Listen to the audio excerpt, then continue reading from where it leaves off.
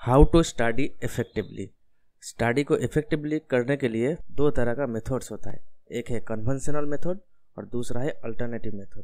Conventional method में एक study हुआ था और स्टडी में सभी स्टूडेंट्स के पूछा गया था कि बेस्ट मेथड ऑफ स्टडी क्या है।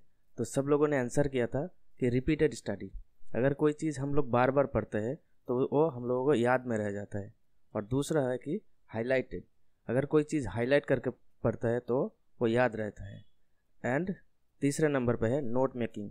अगर कोई नोट मेकिंग करता है, अगर कोई चीज़ किसी भी चीज़ को अगर नोट के फॉर्म में याद किया जाता है तो याद हो जाता है।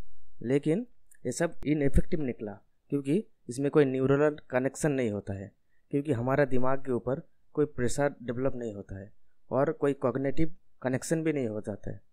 तो अब बात करते हैं कि अल्टरनेटिव मेथड क्या है। अल्टरनेटिव मेथड में कैसे हम लोग अच्छे से पढ़ाई कर सकते हैं और कैसे हम अच्छे से हर चीज़ों को याद रख सकते हैं। तो अल्टरनेटिव मेथड के बारे में अब हम बात करते हैं।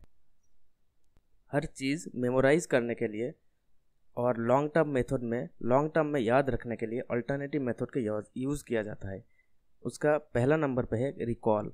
कोई भी चीज़ को अगर हम याद कर लेंगे और उसके बाद उसे बार बार रिकॉल करते हैं तो माइंड एंगेज हो जाता है और उस तरह से हमको याद रह जाता है हर चीज़ को। दूसरा है ब्लॉटिंग। ब्लॉटिंग का मतलब है वोमिटिंग आउट करना। कोई भी चीज़ को अगर हम वोमिट आउट करते हैं, मतलब कोई भी चीज़ अगर पढ़ लेते हैं और किसी भी एक पेज पे अगर उसको लिख लेते हैं, जो भी हमारा याद आया तो वो आसानी से याद रह जाता है। और तीसरा मेथड है कि नोट्स, मतलब वन लाइनर फॉर्म पे अगर हम किसी चीज़ को लिख लेते हैं, उसमें से जितना भी क्वेश्चन बन सकता है उसके फॉर्म पे, तो वो याद रह जाता है।